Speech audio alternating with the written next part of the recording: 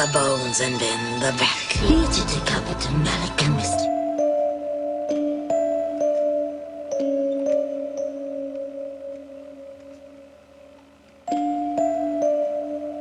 Hey! Look on my little sister. This is Ernie. You're going to turn me into one of those fat, useless, contented house cats.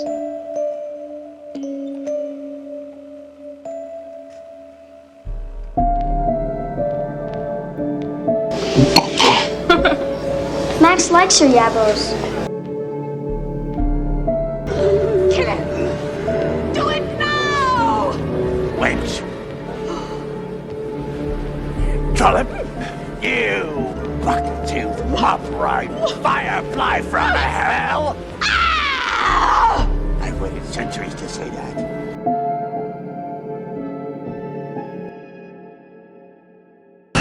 Hocus Pocus.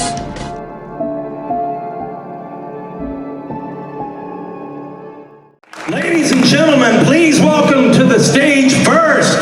He played Max Tennyson, Mr. Omri Katz.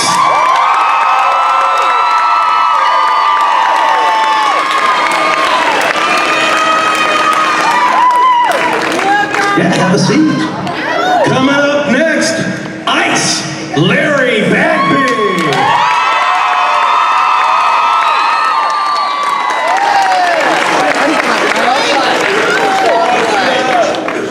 You know him as the voice of Thackeray Banks, Jason Marsden!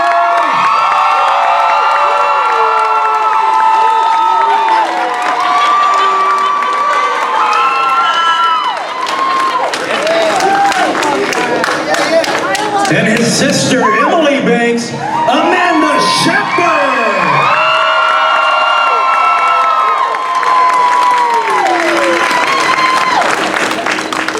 Please welcome Allison Watts, Miss Vinessa Shaw.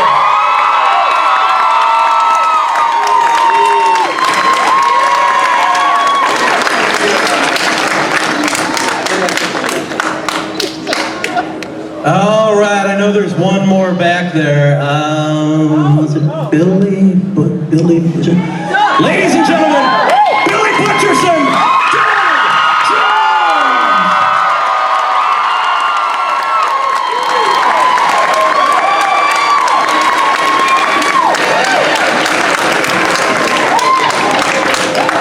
Of Hocus Pocus, what do you think?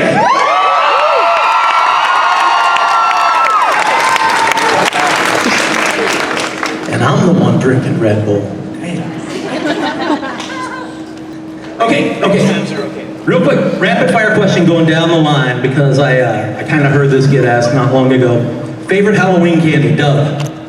Candy? Favorite Halloween candy? Those the candy corn. Yeah. Especially with a little chocolate lip on it. Yes. Junior Mints. Woo! Snickers. Woo! Yeah. Just chocolate, baby. Woo! Peeps. Reese's Cup. Sour Patch Kids. Those are good candies. Mine were always pencils. Somebody always gave pencils. Oh, yeah. I was going to say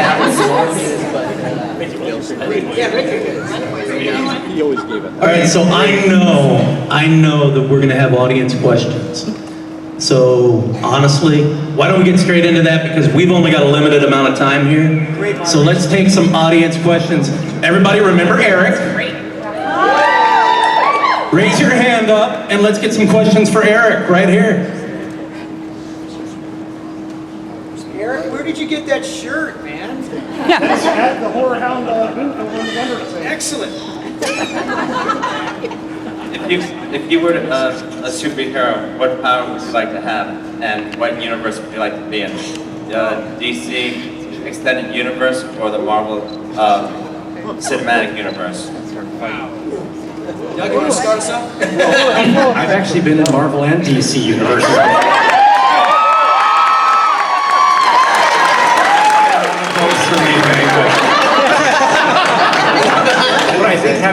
cosmic as the Silver Surfer is something I would love to revisit again. Yes. Anybody else? You know, I'd grow taller so I can get stuff off the top shelf.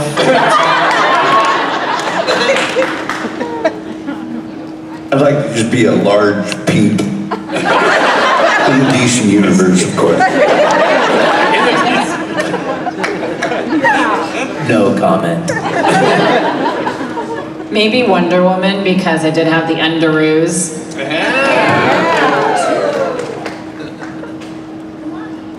To be invisible.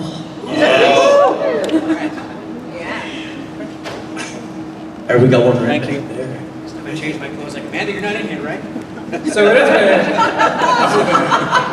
had been so long since the first Hocus Pocus movie. What was the initial reaction when you guys found out that Disney wanted to do a sequel to it? So happy. Yeah, We were stoked. We were stoked. We liked the idea. We were just hoping it was good. I think it's gonna be good. You know, we had a 20-year reunion, sort of at the. Some of us were there at the Disney Studios for a 20-year fan screening that we did about 9 years ago. That's when the rumor of a second movie started. Yeah. And it was coming from within Disney Studios, so it was like legit. But then since then, so many rumors have come out, like, you guys, here's the poster that someone made with Photoshop. You know, and so then they start asking us, are you guys in the sequel? And it's like, well, it's not being made, not yet. But yeah, so when the official one actually is done and filmed, it's really very, very exciting now. And I feel guilty that I'm the only one back in it. But yes, you will see Billy Butcherson reprise in Yeah, thanks, Doug, for not inviting us. Don't feel guilty, Doug. Milk it for all it's worth. We are gonna ride those coattails, baby. Right along. But it was absolutely surreal, though, to be back with Bette Midler, Sarah Jessica Parker, Kathy and Jimmy again, all looking younger and better than ever before. And they look great, yeah, great. And so the same. Sucking the lives. Sucking the lives out of children, that's why, exactly. It's so jelly. Hi guys, welcome to Cincinnati. I'm so excited, September 30th. My question, I just want to know, does anyone have a memorable moment or time from the movie that they forever remember? Or something we don't know about?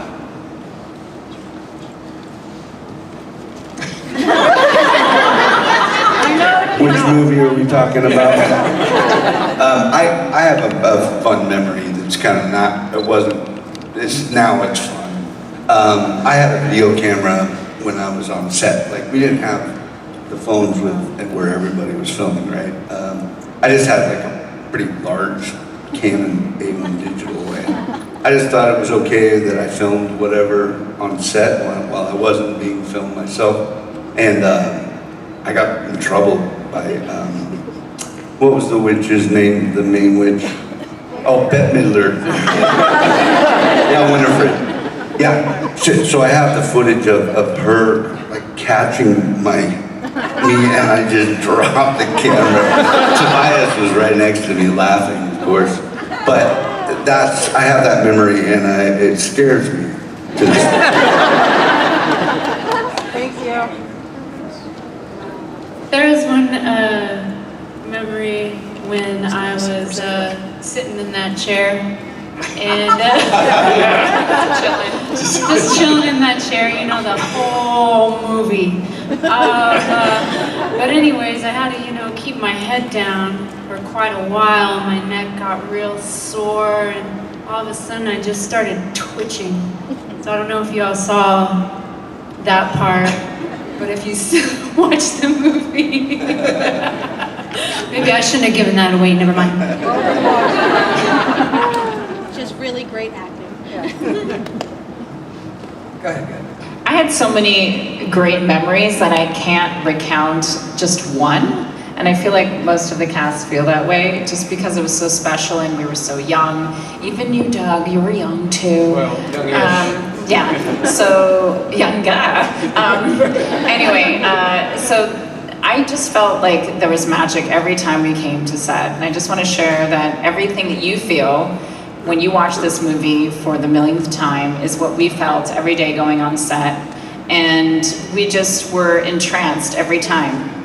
Kenny Ortega was an amazing director for us. For me, it was my second movie, so I didn't really know what I was doing too much. So I just felt like I was in a Disney movie myself, which was my dream as a child, to be in a Disney movie. And so like, actually, every day walking on set, you felt like you were truly there, because the set was made to scale, with the Sanderson sisters' house in the corner and your grave site over in that corner, and it just felt so magical. So everything you feel, we felt too. Woo. Thank you.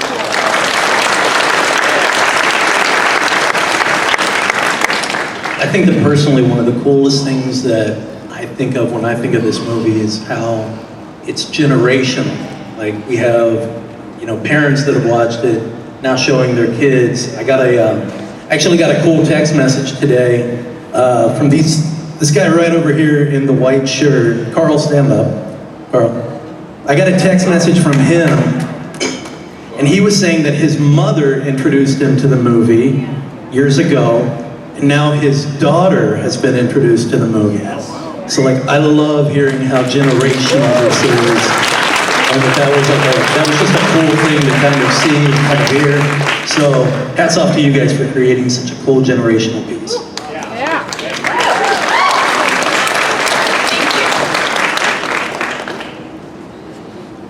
I have a question for Omri Katz. Did you have more fun working on Hocus Pocus or Erie, Indiana? I'll take this one.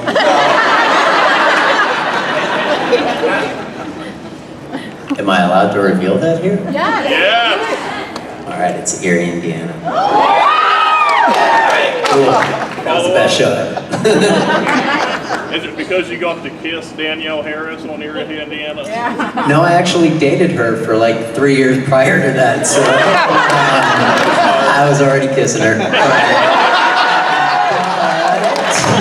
I think with Erie, just the fact, the fact that we had like a new playground every week to play on was just unbelievable. Great experience. Oh yeah, and you guys obviously know Jason was in it too. Yeah, we bet. That's true. That's right. Were you on Brink? Beg your pardon? Were you in Brink? Was I in Brick? Brink? Brink. The skating movie? No. No, sorry. No, I might have been booked for now.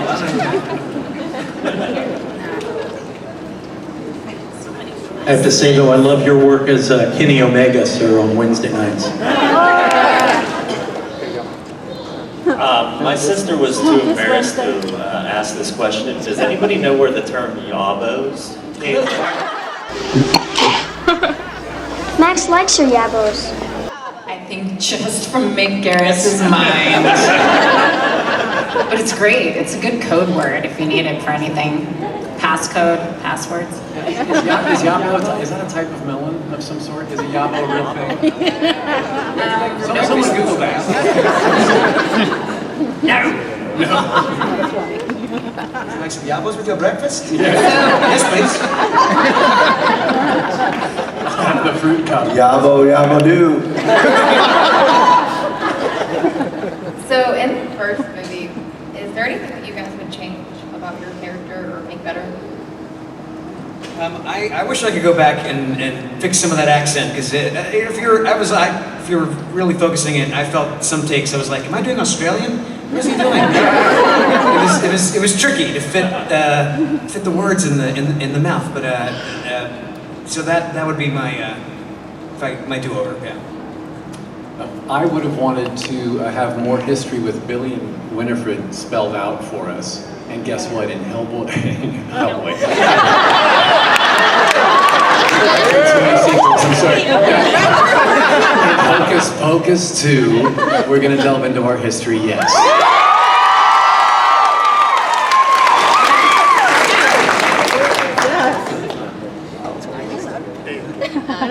All I heard there, just as a quick thing, is that everybody needs to watch Hellboy. There must be some secret cameo of Bette Midler in Hellboy.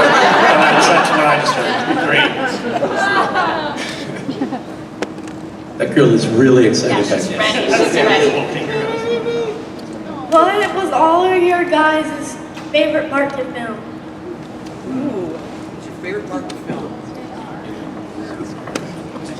Mine was when he brings the witches back. Because it was all practical effects, and you don't see that anymore, obviously. And I mean, this was actually literally the first movie where you could see a talking cat, and it wasn't like Toonces, if anybody knows from Saturday Night Live. You know, so it looked good. And we were introduced to this new technology. It was fantastic, but the practical part of when we brought back the witches was so amazing for me, because you really had the wood moving, you know, the floorboards moving, you had the green lights coming out of the floor, you had the wind blowing and the pops of the lights, and it just felt so real. And I remember hearing Kenny Ortega, correct me if I'm wrong, just yelling over it, like, and now the witches are coming in the door. It's just like so intense. So everything you feel was true to life. Like, we didn't really have to act much. Everything was pretty much there for us and real, true to form. So that was the best part for me. And it's exciting every time I watch it. And I just loved doing the actual scene. I'll add to that. My favorite scene to film was the second scene that we filmed, which I think is the second scene in the movie. We're on the back lot of Warner, and they had all the kids and the trick-or-treaters, and I got to smash like 7 or 8 pumpkins, and that legally, and so it was just so fun to watch. And also now that, like I said, I had my camera, of course, and I think I gave it to my parents to film us while we were shooting that scene. I got footage of all you guys, which we'll at some point make some money on, for about Pride viewers. But it was so fun to see now what you remember when you get to see it again, and watching Kenny and knowing that like those kids had to go home, and he's like, we're on a schedule, we gotta get this done now. But he managed to just get it done, and it was so fun to work with all the kids. And that scene looked so choreographed, and it was so fun because it was like felt like one take. I never got to ask you about it. I'll ask you about it later. Actually, my favorite scene has to be going to heaven. Of course. And it was actually really interesting because when we filmed it, it looked nothing like heaven. We literally were walking on mirrors, like it almost looked like a runway, and I thought, how are they going to turn this into heaven? But they did. Is that green screen? Yeah, green screen. That's Hollywood heaven. I loved when I cut my mouth open for the very first time and got to spit out my diatribe at Bette Midler. The original script had one word there. I was only going to cut my mouth open and say, bitch! So, me not being as comfortable with that, being a Disney kids film, is that really what we want to, is that really what wins over the kids, to let them know I'm on their side? So I pitched to Kenny Ortega, our director, what if I went on a little bit of a rant? Because I have 300 years of pent-up anger toward this woman. So that's when I wrote on the spot myself, "Wench, trollop, you buck-toothed, mop-riding firefly from hell!"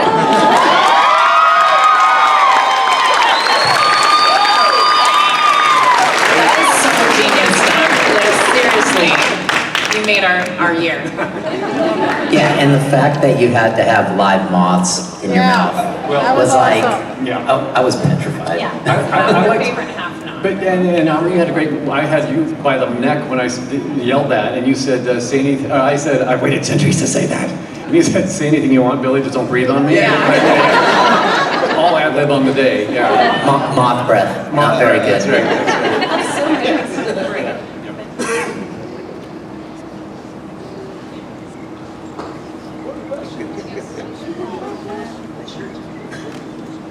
What's your favorite movie on Disney except for Hocus Pocus?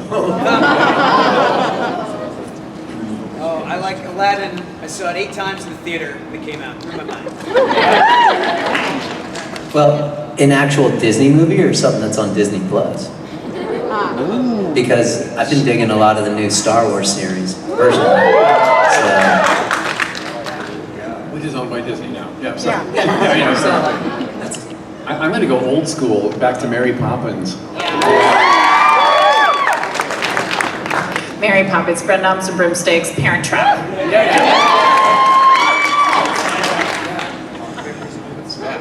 I liked Goofy movie.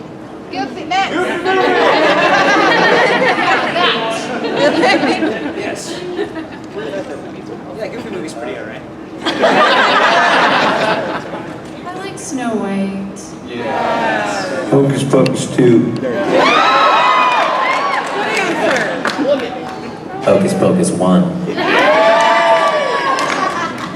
have a Danny over there, just you know, give her attention. She seems desperate for questions. Bring her up there. Favorite horror movie? Oh. They are HorrorHound. Hellraiser 1, 2, and 3. 3 is incredibly underrated. Is Edward Scissorhands considered a horror? I love that movie. Love Gremlins. The Shining. These are good. But my original OG is Wizard of Oz. It is horror. Don't, it is. It's under a category of horror. Mine goes back to probably The Creature from the Black Lagoon. This little girl right back here. No, right there, right there, right there. The one with the head on. Danny. Little Danny. I want to know what was the hardest film to sing. And Hocus Pocus. Well, the Jaws, I heard it was everything with the shark. Anyway, she means Hocus Pocus. What was the hardest scene for you guys to film? Remember, what was the most grueling day? Nothing was all good. Well, okay, I do have one. Let's go back to that cutting of the mouth open. The live moths. Again, as Vinessa was saying earlier, CG was not what it is today. So we had a live moth trainer with 3 moths that he pulled out of a bag with tweezers to place into my mouth that had a retainer in there that had a latex sheath. He told me that moths, if they get moist, they don't fly. So let's put them in my mouth. That's a great idea. So they had to be protected. So I'm in there with so that they had to get the cameras rolling. The last thing was putting those moths in so that we could do it lickety-split fast. Because my stitches then had to be glued and they were pre-cut and then just tacked together lightly. And then that's when we would roll this the dull knife over my mouth and cough out the dust. There was a cup in my mouth too that had dust in it, and this was all a big, and they had to flood it the right way. The first take didn't go as planned. Okay, the camera's rolling, everyone's ready. Okay, last thing, a light goes out. Right, so I'm feeling the water table in my mouth going, because when you have an intruder in your mouth, your saliva glands are like, yeah, it's process. So they finally fixed the light quick and I was like, oh, this isn't going to go well. So finally you get to the scene, this mud comes out of my mouth with these moths kind of going, So second take, we got it right, and I also had to do had to hold my head a certain direction so they would flutter a certain way. It was very precise, but we did it in 2 takes, and I'm very proud of that difficult shot.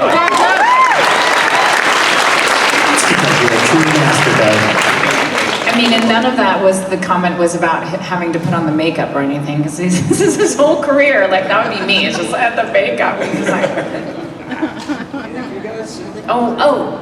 there was one day when we had to open the book and the witches are dead, what harm could it do? We opened the book, spell book, and then the light comes up. The cat was not jumping on the book properly, so it was like, jumping again. It was like, open the book, jump again. It was just like 17 times we were like, I don't even know which take they ended up using, but I think I looked exhausted because it was like 17 cat jumps. And it was just, and then Sean was on the side. He was saying nothing good could come from this book. So literally, I went home and was talking to my mom. I was like, nothing good could come from this book. Nothing good could come from this book. Nothing good could. I'm like, she's like, calm down. I'm like, literally 17 takes. And nothing good could come from this book. So that was the worst day. But that's really harmless. So, but yeah. I have a moment. Thank you. You guys those were good. Now I'm going to hear mine. Just for opposition's sake. So the first scene that we filmed, they flew us, Tobias and I, we were ecstatic because we're both like, it was both of our first big films. I'd been acting for a little while. Tobias came out of a high school play that they discovered him in, and his first audition he booked, which is Hocus Pocus. And so we go to Boston, and then we get a limo, and we're on first class, we have per diem, and we're just so stoked, and I'm like, this could be awesome. And we get to set, and it's kind of rainy, we were in that actual graveyard where we filmed, and we do our first take, and Kenny pulls me aside, and he's like, Larry, you're brilliant, you're wonderful. But let me just explain something. The camera's right here, and it's just too big. He's like, it's not theater. You gotta tone it down. And I'm thinking, oh my gosh, I bet I'm gonna get fired from this job. I just come off, I think I based the character on Sonny from Grease, the high school. And so it was big because it was theater. But he managed to wrangle me in, and it was smooth sail after that. But I was very nervous about my job on that, so that was fun.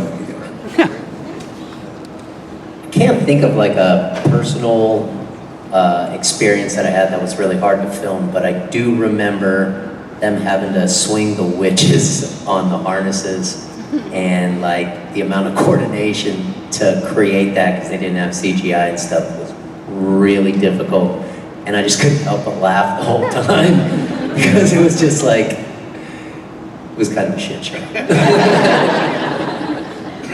Y'all are aware that that's not me in the beginning of the movie is Thackeray Binks, right? That's the amazing and talented Sean Murray. So, yes. And we need to get him to come to this party because he belongs here, right? So my process, I came in, like the movie was like done. It was shot, the cat was 80% done when they decided they wanted a different sound. So it was challenging to voice performance. It was kind of already there, so I'm doing, these guys get to work off of one another. I'm doing like one line at a time, and to show how meticulous they were. In the beginning, when Sean is going to rescue his sister, he kind of goes to the Sanderson house, he crawls through the moat, he's going through the window, and he's dripping wet, and there's this tight close-up of his face, and you can see this bead of water going in and out of his nostril. That's me doing the breathing.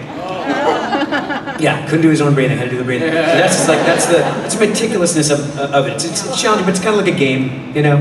They show you the picture, the engineer gives you 3 beeps, letting you know where the 4th beep should be is where you start talking, and then you just gotta fit the stuff in the mouth. So it was a fun challenge. Yeah.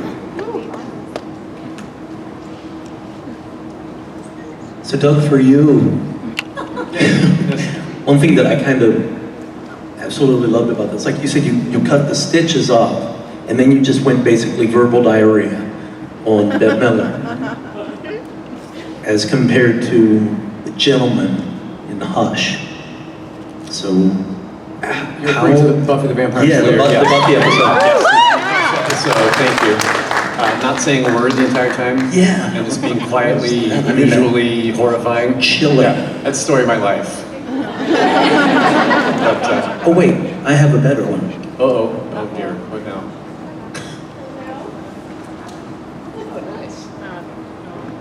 Show the class. I like this one. Oh, they can't see that. I know, show the class. This is Mac Tonight from the McDonald's commercials. Anyone remember that? 1987. Yeah, I think it was. Wow.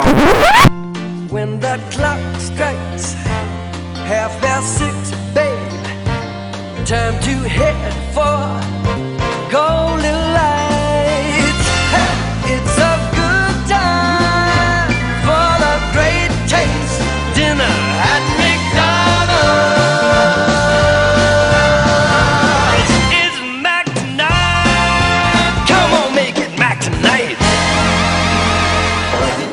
One of my So check that out. gigs, yeah. Did 27 commercials as that character. I bought my first house. Thank you, McDonald's. I remember that so clearly too. I think I sang that song for like forever. Hey, 6:30, baby. Yeah, we didn't know Sinatra or anything. It was you. It was me, guys. It's fantastic. There's many people on the back. Did anyone get hurt on set? Ooh, anyone get hurt on set? Anyone feelings or injuries? Feelings, definitely. Physical injuries? I don't recall. You fell to the ground from a harness. Were you okay? Of course. That's why I have back problems now. I think Thora got hurt, but this is what I saw on the anniversary, like the 15th and 20th anniversary. They showed that she got hurt, I think, by Betts swooping over her and knocked her in the head. But she was okay. But thankfully, no one got more hurt. I mean, there was some gymnastical things. Yeah, I had a close call when I'm flopping back, waving goodbye to you guys at the end of the movie, and I flop back into my grave. There were some loose pieces of wood around the edge, and I caught one of them on one take, and so a splinter of wood went right here. Yeah, so it's like, so yeah, set nurse had to come and go blink out of my head. So, but close call, everything's fine now. Yeah, no, I remember. I well remember it. Yeah. I had a little emotional hurt. I was a big fan of Bette Midler, and so by the end of the movie, I was told, "Oh, Bette has a big surprise for you. She's got something great for you." And I was like, "Oh, I can't wait! Oh!" And then I get a headshot saying, "Aloha." I didn't even get it. No, we didn't get a headshot. Oh, you guys didn't get headshots? I got a bunch of footage on my camera. So. I actually have all of your headshots. I just been hoarding them from you. Did she write Aloha because she didn't know how to spell Amanda? She's from Hawaii. Brett's from Hawaii, that's right. Yeah. Yeah, we got them right there in the back. Were you able to keep any souvenirs from set? Where's the book? So just recently, I found the tie-dye shirt in my dad's garage. I definitely kind of stole one of the mountain bikes because they had like 5 of those, and I was like, yeah, I'm taking one of those, thanks. And then, obviously, I didn't keep the sneakers, but I did keep the boots that I had to wear because my sneakers were stolen, and I don't know what happened. But yeah, those are the 3 items I can remember stealing. I got to keep Allison's earrings. And I vaguely remember being offered the beautiful red hood, and I said no. Biggest regret. So I have no idea where that is, but yeah, should have kept that. That was a beautiful hood. Cloak. It was like a witchy, pointy hatty hoodie. Red Riding Hood thing. Right. I kept nothing of Billy's, but all of it went onto a dummy that is in David Kirschner's house. He has a museum there, and so there's a life-size Billy Butcher's in there with all my original clothes and wig on it. The clothes had disintegrated just enough for Hocus Pocus 2. We costume designer Salvador recreated my clothing perfectly to the stitch, and the wig we took off the dummy at David Kirshner's house and put it back on my head. So the hair is the same from the first movie. 29 years later. Yeah. Kind of ew. No one else has worn it. I actually got to keep the word ice in the back of my head. I thought I actually had the cat for many, many years because right after filming, I believe I did a commercial and I got to keep a black cat. And for whatever reason, so many people would come up to me and they'd say, "Oh, did you get to keep the cat?" And I'd say yes because my mom would say, "Oh yeah, that was the cat." She lied to me. She lied to me. I thought I had babies. First bet, then your mom. It You was know like- there were 25 Binkses, Yeah, right? it was like 30 Binkses. Each one could perform its own trick. Yeah, because you only can teach a cat one trick. Did you all hear how David Kirschner pitched the idea to Disney? Apparently he threw like he went to some party city and got like as much Halloween decorations as possible and went into the conference room and just decorated like it's a big Halloween party, and that's how he presented it to the bigwigs, and it worked. Thank goodness. And I also, kind of to piggyback on that, what I heard was that there were 2 brooms and 1 like sweeper, and he had that on the. Like a Swiffer? He had put that on there, like where she's riding the vacuum. So I had heard that there were the 2 brooms and a vacuum, and that was part of the pitch. So kind of a neat little touch. Back there. Stay on that part of the room. Hi. My question for you guys is, if you could not play the character that you played in the movie, which character would you play and why? Sarah.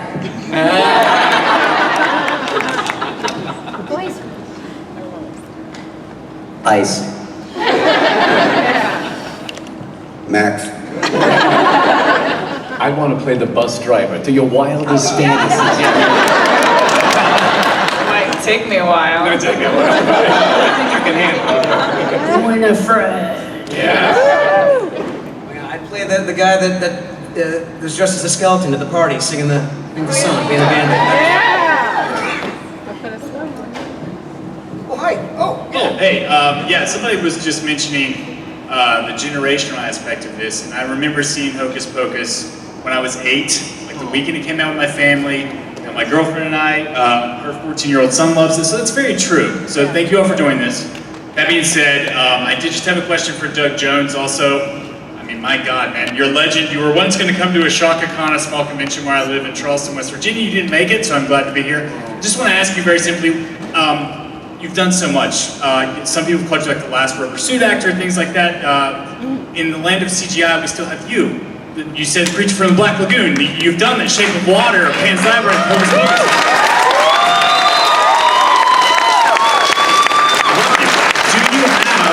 I know it's probably like picking your children, but do you have a favorite monster that you've played? Oh gosh, I get asked. I know. I get asked all the time, and it's Thank like, you. it's like picking a favorite. Thank you so much, by the way, for all that love that I feel so undeserving of. But I get asked about favorite characters all the time, and after 36 years of acting, it's so hard to pick the one. It's like picking a favorite child, and the other kids are like, wow, you know. So, but they all have different. They all pull different pieces of me out, and they all mean something different to me. I think the movie The Shape of Water might be, it's at the top of the heap because I'm a romantic at heart, and that was an unconventional romance that I loved playing in. Yeah, to be a monster on the cover of an Oscar-winning movie, please. So good.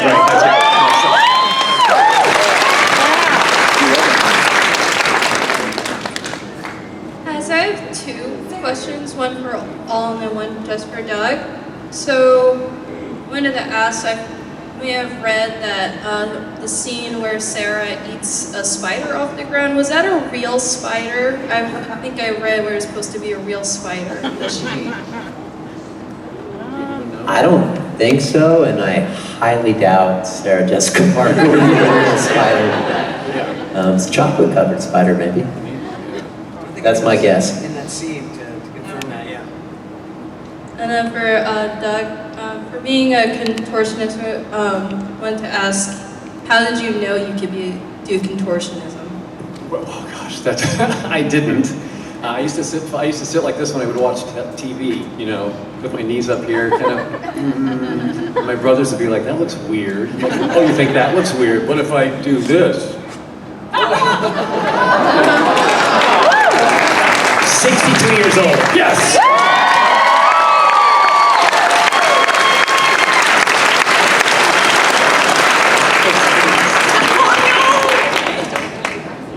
Hello everyone. Is there anyone that you guys auditioned against that you beat out? Any other celebrities that you beat out for the roles that you guys received? Omri. I mean, rumor has it that I beat out Leo. Well, I didn't beat him out. He declined, and they were like, "We'll take second best." So that's about all I know about that. Leonardo DiCaprio is what he meant to say, yes. Oh, sorry, Leonardo DiCaprio. No one's ever told me you beat out so-and-so. Yeah, no, I have no idea. I did audition for Max, but then I declined it because I know that they wanted to offer it to Leo.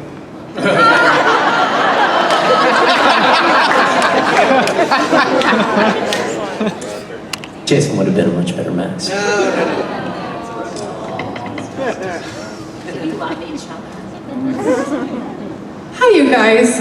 I love all of you, by the way. I just wanted to ask, did you expect Hocus Pocus to be as just worldwide loved as it is now, back when you first, I guess, agreed to be in the film? No, a Halloween movie that dropped on July and then was quickly forgot about.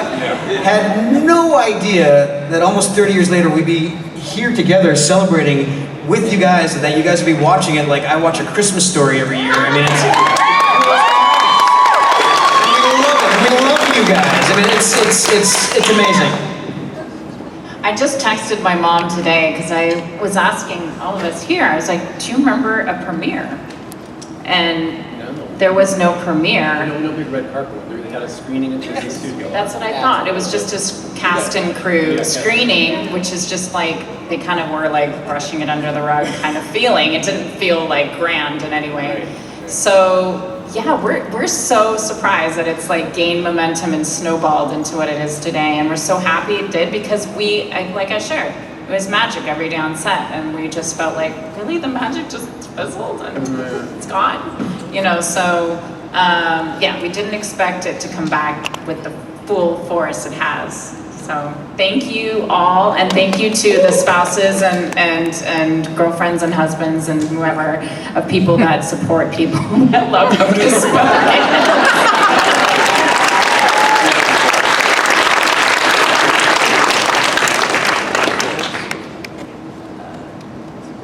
Which one of the sisters would you be?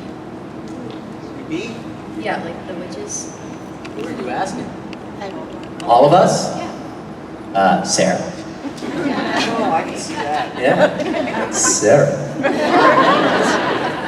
I would be Kathy and Jimmy's part of it, so it's Mary. Mary and Larry, you know what I mean? Definitely identify with Winifred in so many ways. Winifred, for sure. Sarah. And I would be Mary because I'm kind of dim. All right, so we've got time for one more question. I've got this adorable little girl here in the Here Lies Billy Butcherson shirt. So let's let her ask the last question, all right? Yay. What was the easiest scene that you filmed in Hocus Pocus?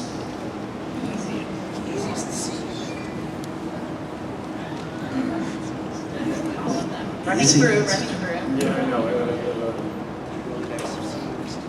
That's a tough one, but I would have to say, so, you know, when the witches are like, we're driving in the car and we're not really driving, there's a screen to the left of us. Yeah. And so you just kind of like fake driving. And I mean, obviously, Winifred, Bet, had it hard because she was on a harness to the left of us, but I don't know, I just felt like that scene just was easy breezy. Exactly. Pull over. The easiest scene. Things get easier after. You know, us just being up in those cages was pretty easy. And we had a great view, and particularly with Sarah, for me. She's pushing me with that stick, and I'm like, oh, this is awful.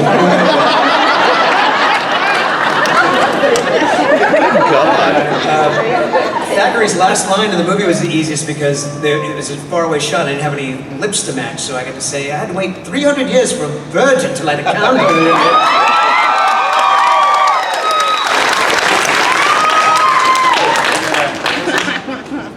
in there? Actually, the hardest part was sitting there. But the easiest part was when they said, "All right, now look really scared and open your eyes." You know when I go like this? That was pretty easy. Yeah, okay. How about that salt toss, Vanessa? That was hard. No, that was the salt toss, he said, and that was hard because, as we know, as most of you may know, we barely saw the witches because we were all minors, and so they would shoot their scenes and we would shoot ours, and that was the one time all three of them were in a scene with me, and I was like, ah! So I was freaking out. But it helped because I had to just toss that salt, and Kenny was like, more! I was like, okay, how many more salts do you have? But I think the easiest probably was sleeping with Max.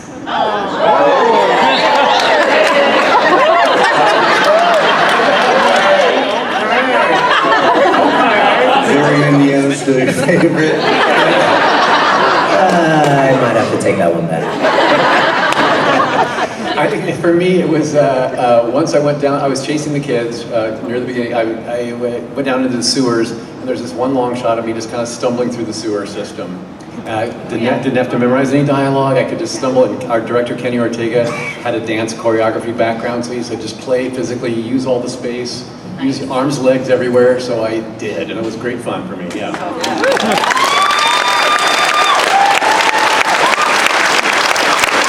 Ladies and gentlemen, one more time, Omri Katz, Bagby, Marsden, Amanda Shepard, Vinessa and Doug Jones. Let's hear it, folks, for the cast of Hocus Pocus.